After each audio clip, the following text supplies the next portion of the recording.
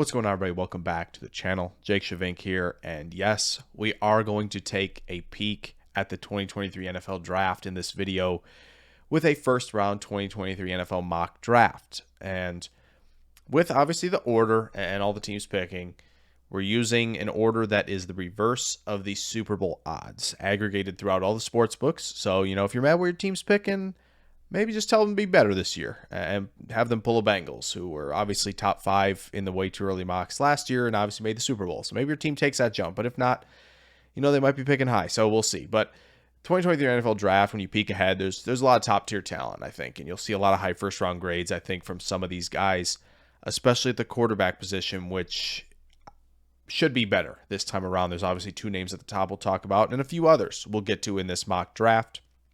Once again, this is just for fun, so don't take the picks too seriously, but let's have fun with it. Let's talk some 2023 NFL Draft prospects. So we're going to get right into it here in the first round with this mock, starting with the Houston Texans, of course. All right, so Houston Texans at 1. C.J. Stroud, quarterback from Ohio State, a guy who should obviously firmly be in Heisman contention this year, and obviously one of the 3 guys really for the top overall pick in this draft. And again, if you had said C.J. Stroud top pick in the draft after the first week of last fall when he played against Minnesota, people thought you're crazy. But Stroud was phenomenal down the stretch, has sufficient arm strength for the position, but really what stands out is the accuracy and the touch he can put on the ball to layer the throws over defenders.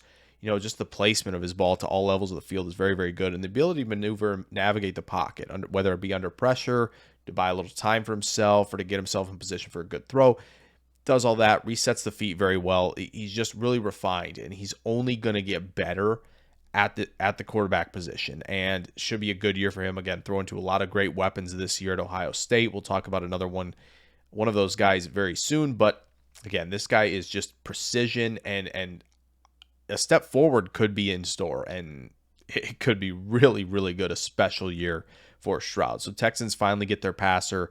Obviously Davis Mills will get that shot this year, but I think Stroud is a very, very big upgrade there. Falcons at 2, obviously, Will Anderson Jr., edge rusher from Alabama. Man, what a year for Anderson last year. If he opted out this fall, I don't think anybody would be shocked or be angered with it at all. Literally 17 and a half sacks, 31 tackles for loss in the SEC. That's just, those numbers are stupid. And I know Atlanta did a great job going Ebiketie, D'Angelo Malone on the edge. I don't care. You're going to try, I think, and see if Desmond Ritter's the guy long term. I know skipping out on either Stroud or Young here wouldn't feel great, but take a chance on Ritter, and now you have Anderson and probably Ebiketie being your 2 edge rushers. Anderson Jr. should absolutely change this Falcons defense. He has that ability to win as an edge rusher in a variety of ways, and the production should, if it's even like 80% of what it was in 2021, it's going to be a phenomenal year for him once again. Lions at 3, we're going Bryce Young. They finally take the quarterback. I think a lot of people were speculating if it was going to be this past draft. Didn't happen. They're loading up. They have the roster set for the guy. Bryce Young is the guy here. I think he will go top 5. I know he's a little bit smaller, and that's just not even with height either. I think he's at like 194 pounds right now, but still, this is kind of a little bit of antithesis to Stroud. I think Stroud's very much the more in structure refined guy. Bryce Young can obviously do things in structure at a high level, but where Bryce Young can thrive is out of structure, these off-platform throws, dropping the arm angle, this real gunslinger type attitude where he can thrive in the face of pressure, make great throws. The final drive against Auburn was great, hanging in there against Georgia. Both times, really, he was phenomenal. I think that he'll have a great line protecting him in Detroit. They've added a lot of pieces there. They add Jamison Williams. They've got Amon-Ra St. Brown. You got T.J. Hawkinson. Everything's there for Bryce Young to step in and be the guy at quarterback. Jets at 4, we're going to go Jalen Carter, the defensive lineman from Georgia. Yes, this is the best defensive lineman Georgia had last year. Really a combination of Jordan Davis and Devontae Wyatt, basically. The quickness and the explosion that he can play with is Devontae Wyatt-like. It's even better. It's just take that up a notch even. So I don't care about the stat line. He was playing on a loaded front 7, so it doesn't really concern me. I think you'll see the production jump this year at Georgia. But again, he has the power to hold double teams. He can 2-gap. But again, he can get after it and slant attack gaps as well. This is a great piece for them to add, with Quinnen Williams. They have Jermaine Johnson, now Carl Lawson. This front would be absolutely lethal for the Jets in 2023 if they went this direction. So number 5 here, Jacksonville Jaguars. We're going KAYSHON BOUTTE, the wide receiver from LSU. I think he's right now my favorite to be wide receiver 1 in this class. I know that he didn't have a great 2 years at LSU. Obviously, kind of unfortunate that everybody left after 19. So he hasn't really had a great cast around to feed him the ball. I mean, just 38 catches for 509 yards and 9 touchdowns this past season. Maybe Jaden Daniels transferring takes him up a notch, but he's a 3-level threat with great creativity and acceleration after the catch. You see that from him. He can go up and get the football. This, like I said, it's a 3-level threat who I think the Jacksonville Jaguars need at receiver. I know they've got some decent pieces there. They obviously signed Christian Kirk to a big deal, but this is a wide receiver 1 here. And this would have been offensive line if they hadn't just given Cam Robinson a big deal. So going wide receiver, get a guy for Trevor Lawrence that he can really truly rely on at a number 1. Seattle at 6, we're going BRYAN from Clemson, the defensive lineman who has really just a versatile player who hasn't really quite put it together yet, but I think the best is yet to come for him this season. Has the length, power, agility to kind of be a disruptor at really multiple alignments up front. Seattle, obviously, they get offensive line help this draft. They did a great job with that. They get one edge rusher, but I think this guy, you can move around all over the place. I'm excited to see how BRESEE plays this year and where he aligns mostly. But again, this gives Seattle a versatile piece you can rush the passer with. Chicago Bears at 7, going Jackson Smith and Jigba. Wide receiver, Ohio State. This is going to be a great connection. Stroud and Jigba, I think, is going to be incredible this year, like potentially 2 top 10 picks. And talk about the numbers for him. I mean, they're insane. 95 catches, 1,606 yards, 9 touchdowns. Had a 15-catch, 347-yard, 3-touchdown game in the Rose Bowl. Just a stupid game, and that could be what's in store for him. Obviously, a lot of production came from the slot with him, but he has the burst to pick up yardage after the catch, chunk plays, good spatial awareness, good curvilinear speed. He has the flexibility to change direction while maintaining speed. The creativity, the awareness he has, catch to transition is very good, and once the ball's in his hands, he's dangerous. Good tracker of the football as well. Just want to see how he does on the outside. A lot of production, like I said, came from the slot. So see what he can do on the outside this season. Carolina Panthers at 8. This could be a quarterback, but moving up that far for Matt Corral, I think you're obviously going to give him a chance this year, maybe even the year after that. So we're going to go defensive end here, Myles Murphy. Very good season for him. I know we talked about the other worldly one Anderson had, but 8 sacks, 14.5 tackles for loss. That's nothing to slouch at, really. That's an impressive year for him. He's going to be lined up with BRESEE on this defensive line. He's a power guy. He's definitely got the ability to kind of shock offensive linemen, push the pocket. He's great at converting some explosion to power, but he's going to win with a lot of moves and a lot of power. That's where he is. He's not the 235-pound speed rusher. That's not his game. But good news, you have Brian Burns on the other side. This is a good contrasting styles for the Carolina Panthers on that defensive line. You lose Hassan Reddick. This could be a nice replacement. And that line with Murphy, Burns, and Derrick Brown is a very, very good one. Moving on here at 9, New York Giants. We're going to take a quarterback, Tyler Van Dyke. I mean, not a bad season for Van Dyke for his first really almost full year starting for Miami. I mean, 62% completion, 25 touchdowns, 6 picks, not bad. Obviously, prototypical size, prototypical arm. Just have to see that kind of step forward. I think he's a little bit late. I think the processing needs some work, but this is kind of that prototypical. You're looking for maybe Herbert Allen size with hopefully the arm to boot. And this is kind of the guy that New York Giants could be building around if he takes that leap. This is still obviously projection, of course, but Van Dyke could be one of those guys who takes the leap, and it wouldn't be shocking to see him be a top 15 pick come next April. Daniel Jones not cutting it. Giants need their guy. This is their guy in this mock. Steelers at 10. We're going Kelee Ringo, cornerback from Georgia.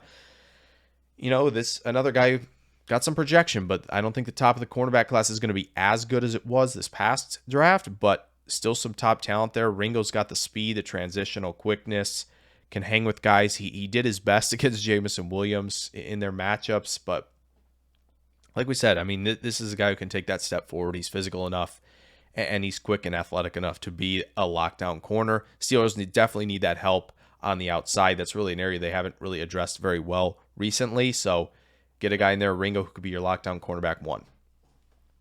Washington football team at 11.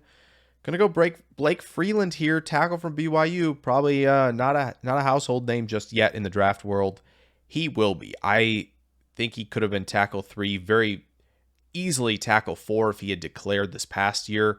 Just the ability in pass protection is absolutely phenomenal for him, and I think Washington, they don't have a lot of needs, right? But Charles Leno, maybe he's out after this year, and this is the area that maybe could be upgraded. I think Freeland will take that leap, and he'll gain national attention in a tackle class that's we're kind of wait and see at this point. I mean, it's early in the process, sure, but we were talking about Neal well last summer, so not really talking about anybody like that yet, but Freeland could make that leap. Eagles at 12, one of their 2 picks next year in the first round. We're going to go Eli Ricks, cornerback from Alabama. Obviously, he has the pedigree, top recruit for LSU, but transfers over to Alabama.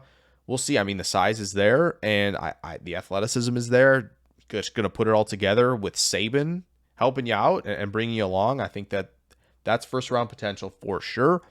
And the Eagles really need it. They've got veteran names in there. They've tried to build that secondary up. You need to have a long-term option, right? Darius Slay's a good player still, but you got to have that long-term option. This is a long-term build they're doing. They're spreading out draft capital. That's what they did this past year in that trade with the Saints. So let's keep adding that influx of young talent across the board.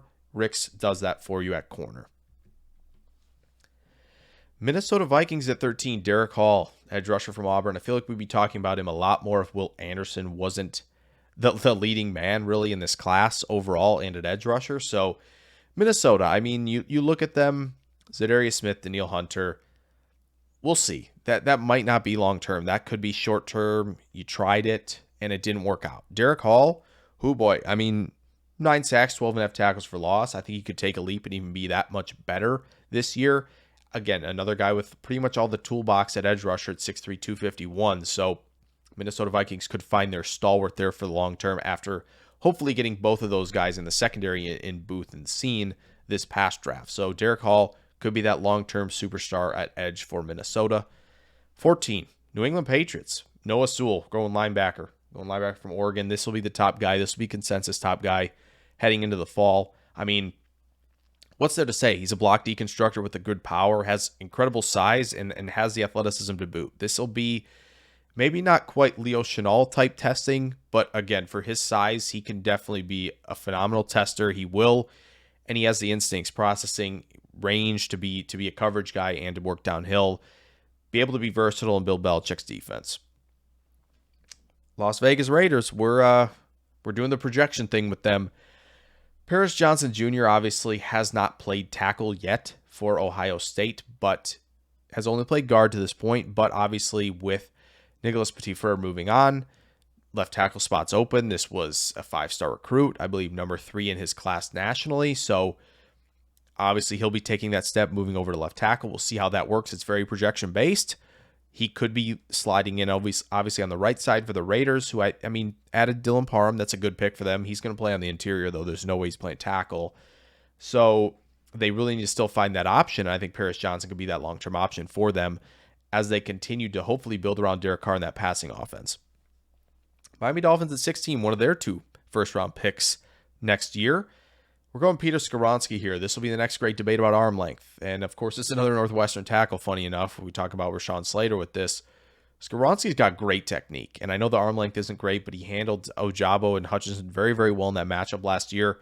So, obviously, there's upside to look at with him. And he'll be in a lot of first-round mocks as we get even closer to the fall as well. But, again, Miami's putting together a great unit. And I think the offense is going to get there with Mike McDaniel. It's just, again, having the right 5 up front. And Skoronski could play tackle. Obviously, like I said, has the technique and I think the anchor and enough recovery athleticism to play that position. You obviously have Armstead, so he could slide over to the right side. But again, you have a lot of guys who can play tackle and guard over there right now. So hopefully you get Skoronski. If he's not the option, hopefully somebody else is, but you have another long-term starter at guard at 16. I know it's not a great, not a flashy pick, but one that's still necessary. They're still figuring things out with this offensive line. Eagles back on the clock at 17. I mean, Jordan Battle. We're going to completely overhaul the secondary. And, you know, a lot of talk about the Eagles potentially doing that in this draft, and they didn't really do it early. So they addressed trenches, they addressed linebacker finally, and they got a superstar receiver. Let's finish that up. Obviously, we're going back-to-back Bama guys, but Jordan Battle does it all. He's all over the field. He's in the box, making plays, good tackler, good wrap-up player, and he has good vision, reads the quarterback's eyes well, and can make plays on the football in the back end. So, tell you that versatile guy who's probably going to be locked in at safety 1 in the consensus as we enter the fall, but he kind of does it all, and that would be a great addition to the secondary. Good overall here with Ricks and Battle. Titans at 18. This was tough. They don't have a ton of needs. Obviously, they drafted Petit Frere, so him and Radens, hopefully that's your right side fixed. We'll see. This could be offensive line when we circle back in several months, but we're going to go safety here. Obviously, they got Kevin Byard, but Amani Hooker contract coming up. Brandon Joseph, 9 career interceptions, obviously transferring over to Notre Dame from Northwestern. We'll see how the range and ball skills how that goes in South Bend. I think he can obviously be a back-end safety, come up, hit pretty well. Angles aren't horrible in the run game. I think he's still going to be a better roof player. So, you know, you're building that defense up, and that's kind of really a final piece to kind of move in there alongside Byard, and you've really got a really good secondary in Tennessee. Arizona Cardinals at 19, we're going to Isaiah Foskey, the edge from Notre Dame. This dude moved all over the place, even at his size. He played some linebacker. He was kind of in the rushing. You know, they got him in these weird fronts at Notre Dame. It was kind of cool to watch. But Foskey can really bend the edge. He can win the outside arc, win inside. Functional athleticism is off the charts with him. I just don't know what Arizona's doing. We'll see if Majai Sanders or Cameron Thomas work out. Thomas feels like a versatile guy. He's not going to be a true edge. Neither is obviously J.J. Watt. So you're hoping Majai Sanders does that, but I think Foskey can come in and do it as well. Another guy who's kind of surprising he returned, but a guy who can, again, take another leap this season. And speaking of leaps, Colts at 20, we're going Will Levi, the quarterback from Kentucky. Guy who had a really productive year, throwing it to Wan'Dale Robinson in the SEC and a surprisingly good Kentucky team. We'll see how he does without him. Guy plays tough, can handle pressure, has the velocity, generates good throws to all levels of the field. Accuracy's pretty good overall. We'll just see how he does now. Without his top weapon in Robinson, we kind of saw Howell kind of teeter a little bit, to kind of acclimate and adjust without his top guys. We'll see if Levi does the same thing, but this is the other leap candidate really at the quarterback position to elevate this class into being a better one. We'll see if he can do that in the SEC. That'll be the litmus test this year. Every game probably will be tough for him. So see how he responds to that. Colts obviously have Matt Ryan, but who knows? Maybe we're looking long term a little bit for Chris Ballard. Really hasn't done anything in terms of drafting a quarterback yet outside of really Eason, which was a 4th round pick. So this one might draw a little heat, but that's okay. You know, we're just taking shots in the dark basically at this point. Ravens at 21, of course, they get good value. That's not shocking here. Jordan Addison, the wide receiver from, yeah, that's right. There's no logo there because we don't know yet. And it'll be really funny if he chooses when this video comes out. But obviously at Pitt last season really helped Kenny Pickett become the top quarterback selected in a top 20 pick. So the line he had at the Biletnikoff winner, 100 catches, 1,593 yards, 17 touchdowns. That's just a stupid line wherever he goes. USC, Texas, Bama. I mean, that chances are he could put up big numbers once again. Obviously a smaller guy, but plays bigger than his size at the catch point, does a great job attacking the football, and he's really good after the catch, has the speed, burst, and the ability to make defenders miss, whether through contact or not. So he can kind of do it all, and he's a really exciting player. Ravens need that wide receiver too. I think hopefully Bateman takes the leap. If he does, they need a wide receiver too. Addison can be that guy for Lamar Jackson. Bengals at 22, they don't have really a lot of long-term options in the tight end room. Obviously, losing C.J. Uzomah to the New York Jets in free agency. Michael Mayer, man, this guy would have been tight end 1 if he had been in this past draft.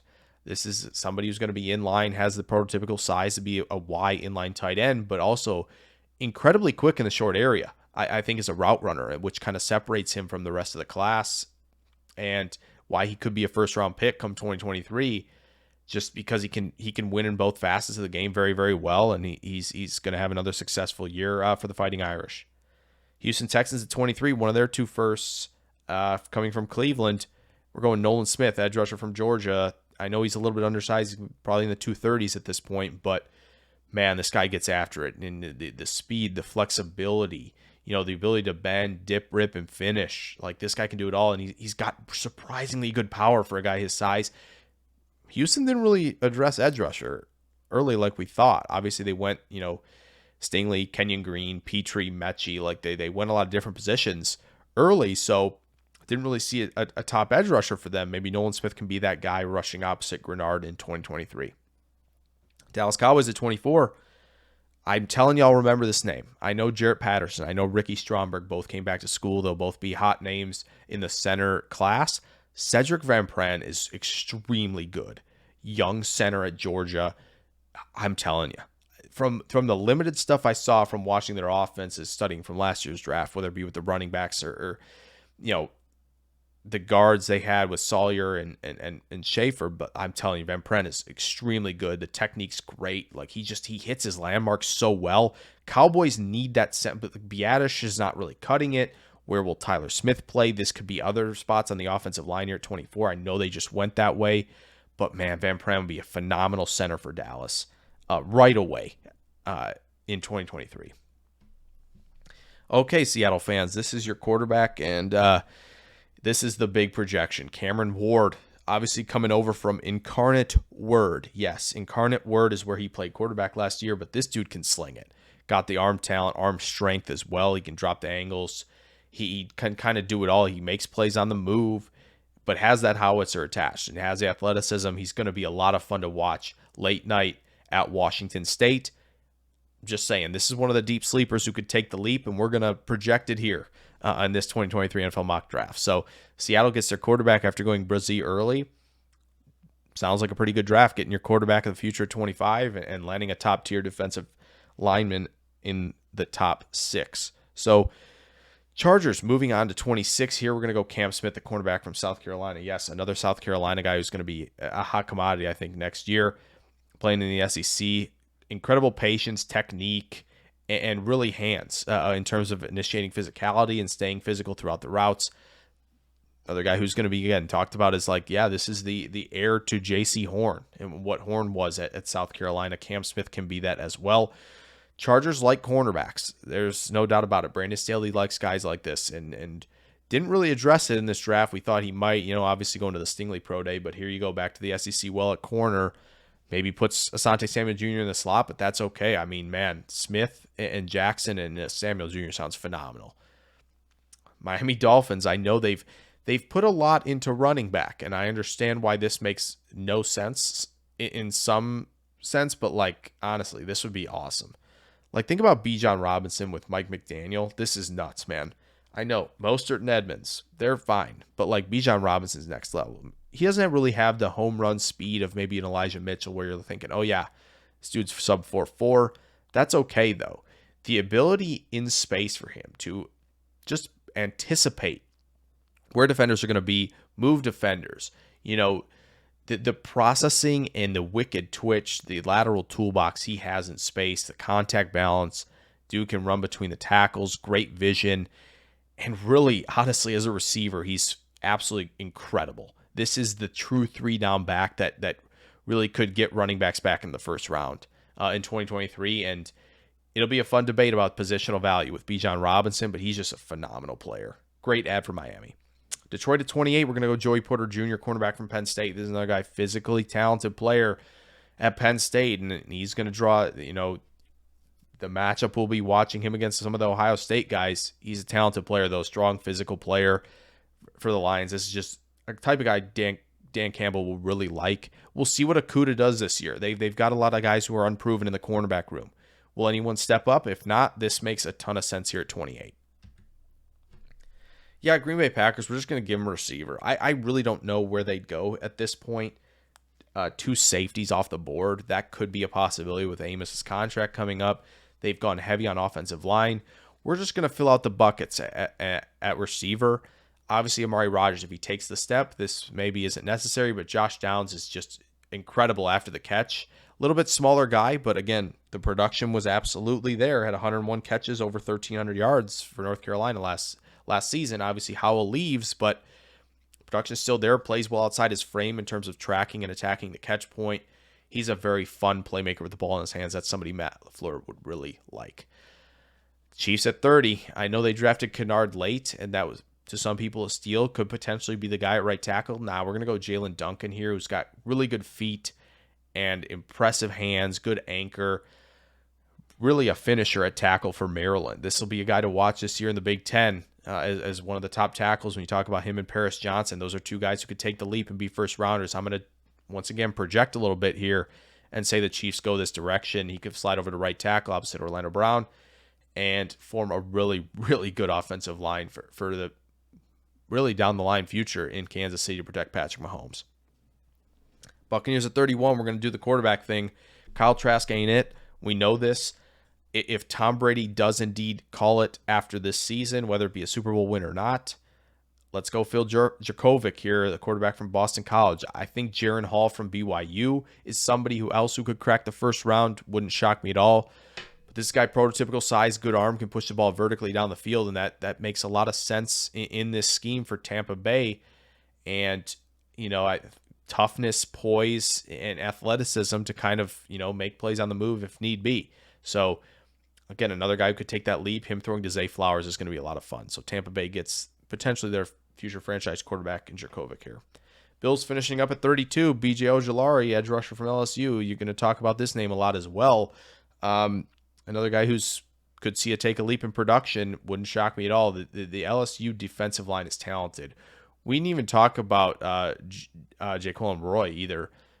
That dude's a beast too up front. They've got Ali Gay as well. Like that's a talented LSU front, and Ojulari could be the best of them. He can dip like nobody's business. Had a couple great reps winning against Evan Neal this past season. So look for him to potentially as well crack the first round because edge rusher once again looks very talented. So that's going to really do it on this 2023 NFL mock draft, this way too early version, which we'll see how we do, obviously, next April. We'll take a look back at this. But, yeah, hope you guys enjoyed this. Hope you guys got a little more in-depth look at some of the top prospects for next year's draft. It should be a fun process once again. You may see a little bit of that on the channel as we get closer to the college football season. But, like I said, throw a like down there if you enjoyed it and potentially subscribe if you're new. Plenty of content still coming this way this summer. It's going to be a good year. And I'm excited for the direction the channel is going. So I hope you stick around for that. And I will see you guys in the next video. Farewell.